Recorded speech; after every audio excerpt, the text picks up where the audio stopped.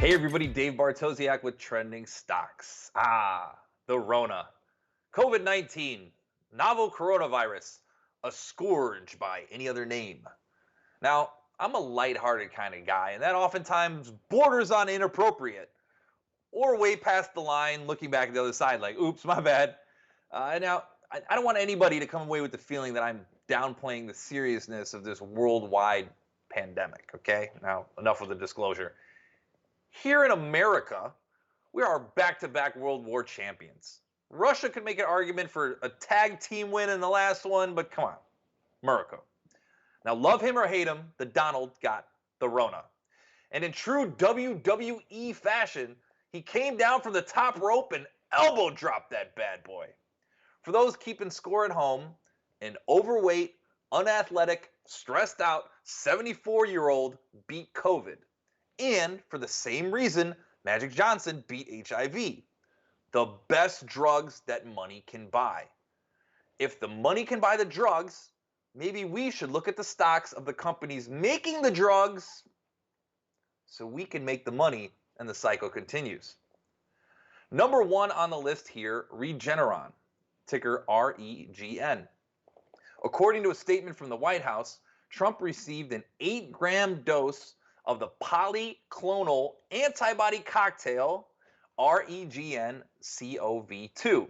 The drug is still in the experimental phase. This is the equivalent of a preemptive strike on COVID. Trump didn't wait until things got bad. He went in and nuked it before it had the chance to bunker down. REGN-CoV2 is currently being studied in 4 late-stage clinical trials. In September, the company announced early data showing the effect of its antibody cocktail on viral load and symptoms in 275 non-hospitalized COVID-19 patients. Then there's Eli Lilly and its LY-CoV555 monotherapy. The company has already submitted its request for an emergency use authorization. It also anticipates it could provide as many as 100,000 doses by the end of this month and up to 1 million by next year. Now let's take a look at how these developments are affecting the stocks on Zacks.com.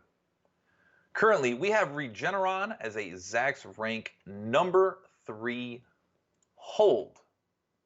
However, there is some bullishness that's showing up in the estimates. So let's go ahead and scroll down here to our magnitude of the consensus estimate trend. So here you can see over the course of the last 90 days, current year estimates for Regeneron gone from 2759 all the way up to 2831. And if you look at next year's number, it goes from 3192 all the way up to 3313. So there is some bullishness. Analysts are out there increasing their earnings estimates. Now those numbers, pretty strong here, would represent current year growth year over year of 14.75% in earnings, and next year forecast to come in at 17.02%. Now, how does this stack up with the broad market? Here we can see S&P 500. Current quarter, we're going to have a contraction of 24.64% in earnings. And if you look at the current year, you're talking about negative 20% for the S&P 500, while Regeneron, like we said before, 14.75% growth. Next year, of course, we've got the much higher forecast, but let's go ahead and see what happens to the S&P next year. But this is the point that I wanted to make. Price to earnings, 20.9 times. That is a discount to the 27 times earnings that you are seeing currently in the S&P 500. So solid growth numbers, but is that panning out? Is this undervalued relative to the broad market? Let's go ahead and take a look at Eli Lilly now. They are a Zacks rank number 2 buy, but check out the style scores.